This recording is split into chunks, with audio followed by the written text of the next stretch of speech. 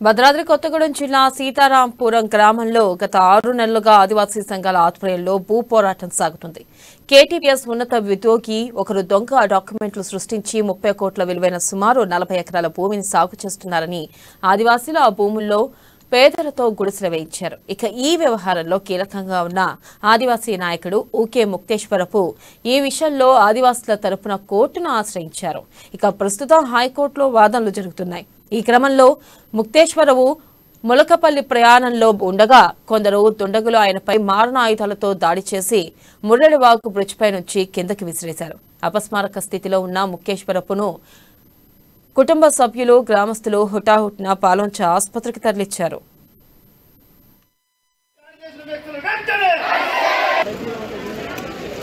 భద్రాద్రి కొత్తగూడెం జిల్లా ములకల్పల్లి మండలం సీతారాంపురం గ్రామ పంచాయతీ పరిధిలోని తీవ్రంగా ఖండిస్తున్నాం. ఈ దాడులకు గిరిజనేతలైన Mohammed Sameer, KTPS employee AD, అతని కుటుంబ సభ్యులు ఆదివాసీలతోనే ప్రత్యక్ష దాడులు చేస్తూ ఈరోజు ఆయన్ని హక్కుల యోధుల పైన ఆదివాసీల హక్కుల చట్టాన్ని కాపాడే వృత్తిపై దాడులు చేసి ముర్రెడివాగు నుండి పై నుండి పడేసి ఆయన పైన ప్రాణాపాయ స్థితిని తీసుకొచ్చి వారిపైన చట్టపరమైన చర్యలు తీసుకోవాలి. ఇలాంటి చర్యలకు పాల్పడిన కఠినమైన చర్యలు రాష్ట్ర కన్వీనర్గా వర్తిస్తున్నాను.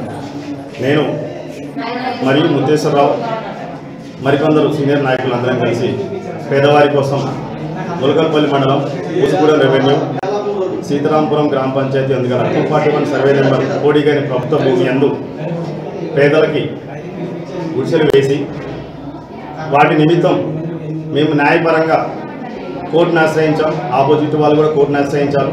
మేము కూడా చట్టాన్ని గౌరవించే చట్టం పరిధిలోకే ఉంచి మేము దాన్ని చట్టాన్ని బేస్ చేసుకునే మేము ఎవరికి గొడవలకు వెళ్ళకోకుండా న్యాయస్థానాన్ని గౌరవించే మేము దాన్ని పాటించి ఎలాంటి గొడవలు పోకుండా ఉంటున్నాం. కానీ మాకు ఆపోజిట్ ఉన్న సమీర్ మరియు అతని అనుచరులు సున్నా ముత్యాలు మరియు వాళ్ళ ఫ్యామిలీ మెంబర్సు మరియు ఇతర గుండాలు అందరూ కలిసి రాత్రి సుమారు 11 గంటల టైంలో సుబ్బన్పల్లి బ్రిడ్జి అందు మాకు ఆపోజిట్ ఉన్న ప్రత్యర్థులందరూ కాపుగాచి మా నాయకుడిని ఊకే ముత్తేశ్వరరావుని చంపాలని